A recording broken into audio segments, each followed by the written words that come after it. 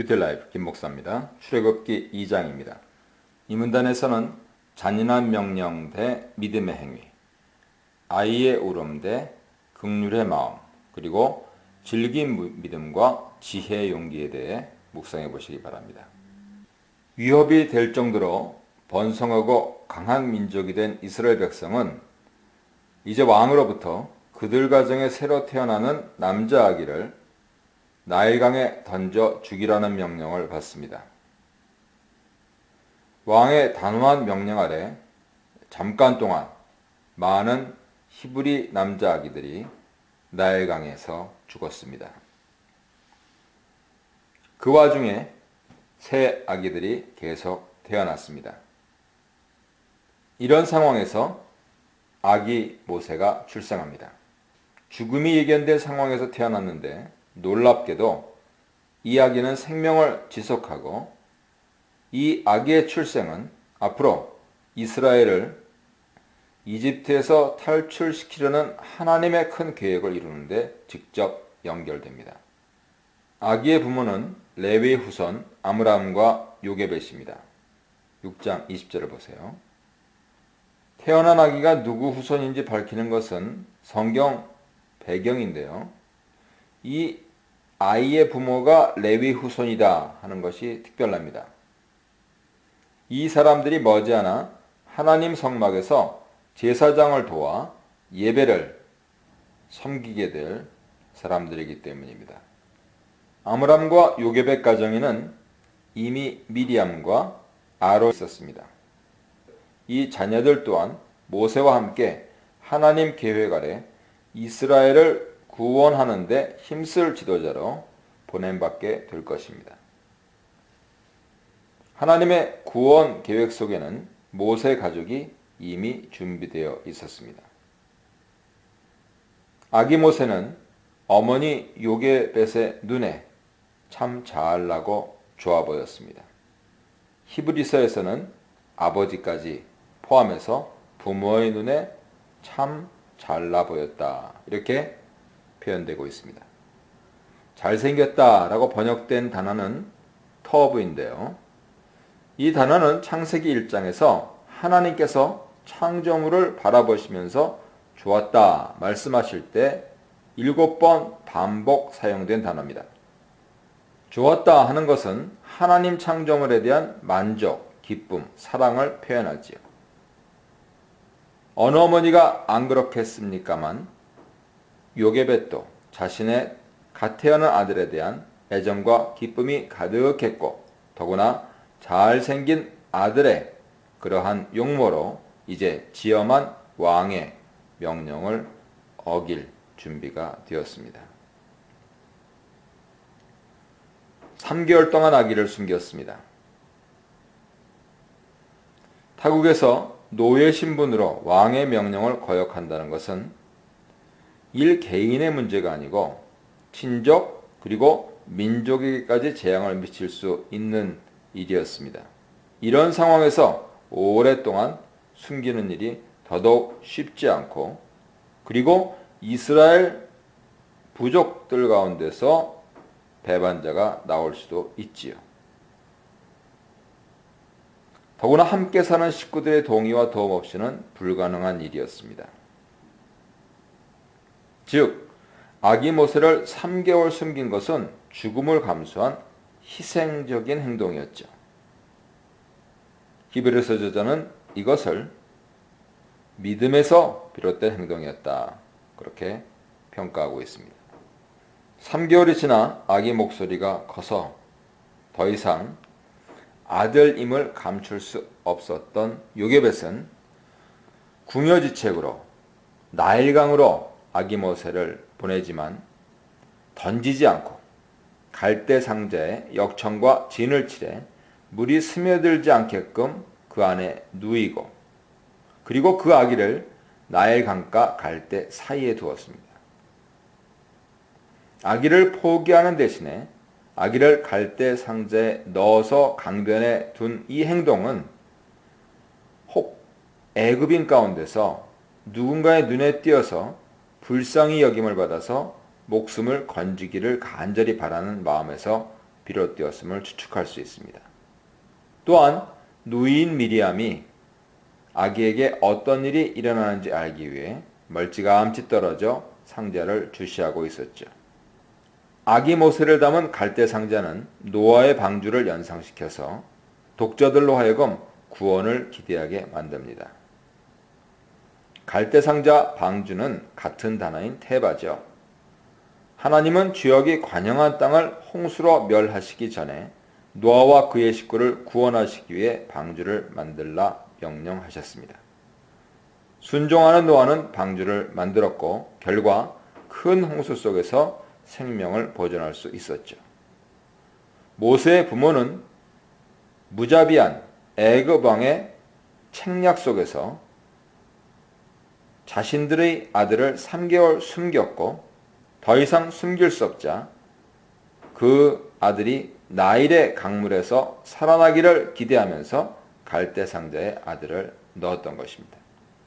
노아가 하나님 분부대로 방주를 만들어서 들어간 후에 나머지를 하나님 손에 맡긴 것처럼 모세의 부모도 믿음으로 아들을 살리기 위해 최선의 일을 다한 후에 그 결과를 하나님 손에 맡겼습니다.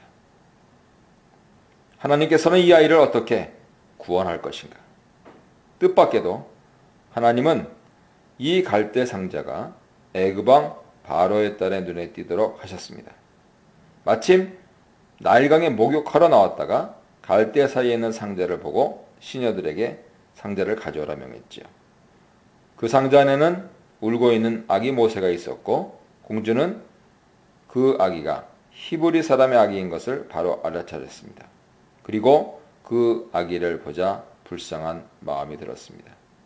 공주는 이 아기가 갓난아기가 아니라 몇 달 더 큰 아기라는 것을 쉽게 눈치챘을 것이고 그의 부모에 의해서 생명을 연장할 기회를 갖도록 갈대 상자에 누인 것을 짐작했을 것입니다.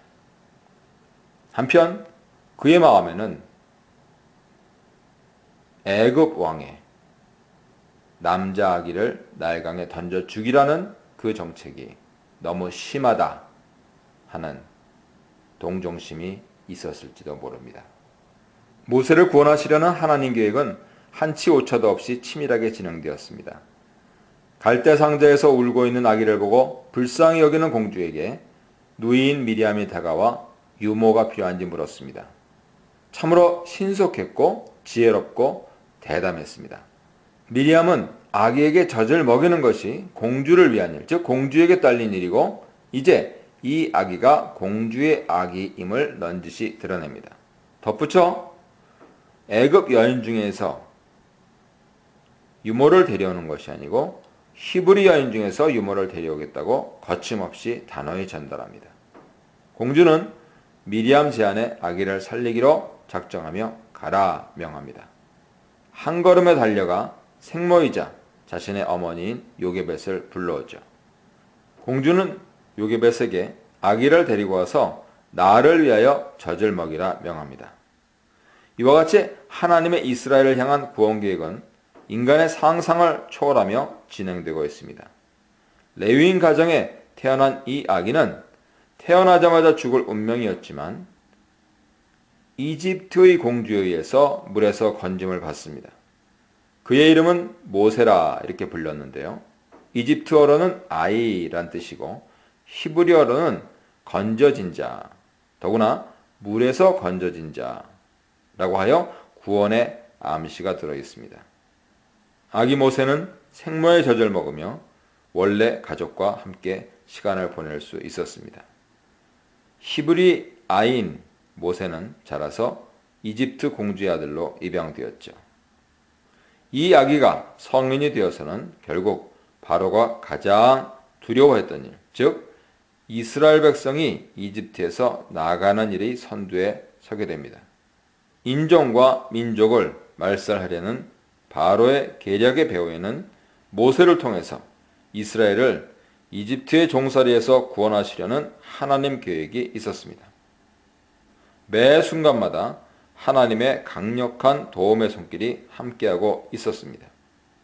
하나님은 이집트의 죽음이 선포된 상황 가운데서도 산파를 통해 여러 아기들을 구하셨고 불가능해 보이는 상황에서조차 모세를 죽음으로부터 건져 생명을 보존해 주셨습니다. 이스라엘의 출애굽은 이미 시작된 것입니다. 이 문단에서는 믿음의 배반, 거절과 배반, 배반 후의 부르짖음에 대해 묵상해 보시기 바랍니다. 모세의 출생과 바로 공주에 의해 입양된 일 이후에 처음으로 소개되는 에피소드는 모세가 장성해서 40세가 되었을 때 일입니다. 어떻게 해서 그가 이집트를 떠나 미디안으로 가게 되었나 하는 계기를 소개하지요. 이집트에서 사는 동안에 모세와 관련된 유일한 기록입니다. 그가 40세가 될 때까지 어떤 일이 일어나는지 자세한 것은 알 수 없지만 이집트 궁에서 자랐으니까 왕자로서의 훈련을 받았을 것입니다. 히브리서 저자도 모세가 이집트 학문을 다 배워서 이집트 언어와 습관에 빼어나게 적응하면서 살았다 말합니다. 모세는 왕자로 40년을 살았지만 자기 자신이 히브리임을 알고 있었고 자신의 동족 히브리 사람을 돌보려는 마음을 갖고 있었습니다. 출애굽기 2장 11절에서는요. 모세의 동족에 대한 관심과 사랑이 히브리인을 자기 형제로 표현하고 있고요. 그 히브리인들이 당하는 고통의 일상을 보는 행동에서 나타나고 있습니다. 어느 날 한 이집트인이 히브리인을 때리고 학대하는 광경을 보고 모세는 압제당하는 자기 동족 히브리인을 위해 이집트인을 죽였습니다. 스데반 집사는 모세의 살인이 히브리인을 위해 원수를 갚은 일이라 해설합니다. 모세의 살인은 우발적으로 일어나지 않았습니다. 고개를 좌우로 돌려 주변을 살핀 후에 이집트인을 쳐 죽였고 뿐 아니라 자신의 죄를 은폐하려 그 이집트인을 모래 속에 파묻었죠. 당시 이집트인들은 상당한 민족적 자존심을 갖고 있었으므로 타국인을 멸시하고 업신여겼습니다. 그런 상황에서 히브리인을 도와주려고 이집트인을 죽인 것은 큰 범죄였기에 모세는 주도 면밀하게 이를 처리한 것이죠. 그 다음날 모세는 자신이 마음을 쏟고 있는 히브리인들에게 배척을 당합니다. 그날 그가 다시 동족들이 노동하는 곳에 나갔을 때 이번에는 두 히브리인이 서로 다투고 있는 모습을 보았습니다. 모세는 그들 앞에서 중재하고 화해시키려고 했지요. 그들의 상황을 판단해서 잘못한 사람에게 왜 너의 동족을 치느냐 하며 상대방에게 용서를 구하도록 건의했습니다. 하지만 그는 모세의 조언을 듣는 대신 누가 너를 재판관으로 삼았느냐? 내가 이집트인을 죽인 것처럼 나도 죽이려느냐 하며 따져 물었습니다. 모세의 구원과 중재 행동을 비난하고 그의 권위를 무시하고 배척했습니다. 하지만 이제 40년이 흐르면 모세는 이스라엘의 다스리는 자, 재판관, 구원자로서 이스라엘을 이집트 사람들의 손에서 구하게 됩니다. 사면 초과에 처했습니다. 먼저 자신이 이집트인을 죽인 일이 더 이상 비밀이 아니었습니다. 아무도 목격하지 않았다 생각했지만 하나님도 그 일을 보셨고 히브리인들 가운데서도 목격한 자가 있었던 것 같습니다. 그리고 동족 히브리인들이 모세를 배신하고 배척했습니다. 이집트의 왕자가 아닌 히브리인으로 동족들에게 다가선 모세의 마음을 헤아리지 못했습니다. 원수를 갚아주고 다투는 사람들을 중재해주는 역할을 주제넘은 행동으로 여겼습니다. 이런 도전적인 행동은 이스라엘 백성의 장래에도 모세를 통한 도움이나 중재를 거부하는 모습과 연결되지요. 또한 모세 소식을 들은 이집트 왕 바로가 그의 죄를 물어 모세를 죽이려고 찾고 있었습니다. 모세는 목숨을 부지하기 위해 미디안 땅으로 도주하였습니다. 결국 태어날 때부터 목숨이 위경에 달렸었는데 다시 목숨이 위태해졌습니다. 이집트 왕의 눈을 피해 숨어야 하는 것만이 아니었습니다. 자기가 사랑했던 동족들과 그들을 위해 한 행동으로 인해 동족들을 떠나 피신하여 이집트를 빠져나올 수밖에 없었습니다. 목숨을 보존하기 위해 잠시 미디안으로 피하는 것이었지만 궁극적으로 모세는 이스라엘보다 먼저 출애굽을 경험했습니다. 나아가 자신의 재주와 능력으로 일을 할 수 없다 하는 것을 철저히 미디안에서 내려놓고 철저히 주 하나님 앞에서 겸손해져야 했습니다. 모세는 미디안의 한 우물 옆에 앉아있다가 미디안 제사장 루엘의 딸들을 남자 목동들로부터 구해주게 됩니다. 보통 남자들이 목동 역할을 하는 것이 관례지만 남자가 없는 경우 여자들이 목동 노릇을 하기도 했지요. 여자 목동들은 다른 남자 목동들로부터 따돌림 그리고 부당한 대우를 받았습니다. 우물은 생수를 공급하는 곳이기 때문에 사람과 가축대가 모입니다. 그래서 다툼과 부정의가 빈번히 일어나서 여자 목동들에게는 아주 불안한 곳이었죠. 루엘의 7딸들도 이와 같은 경우죠. 아버지 양떼에게 물을 먹이려고 왔지만 남자 목동들의 방해로 내쫓겼습니다. 이때 모세가 이 일에 끼어들어서 그들을 목동들로부터 구하고 양떼에게 물을 먹였습니다.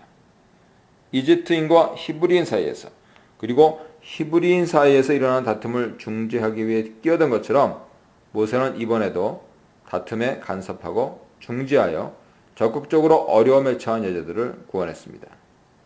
미디안에서 루엘 딸들을 구원한 사건은 이집트에서 히브리인을 구해준 사건과 함께 모세가 앞으로 하나님이 이스라엘을 구원하는데 쓰임받게 될 것을 예견합니다.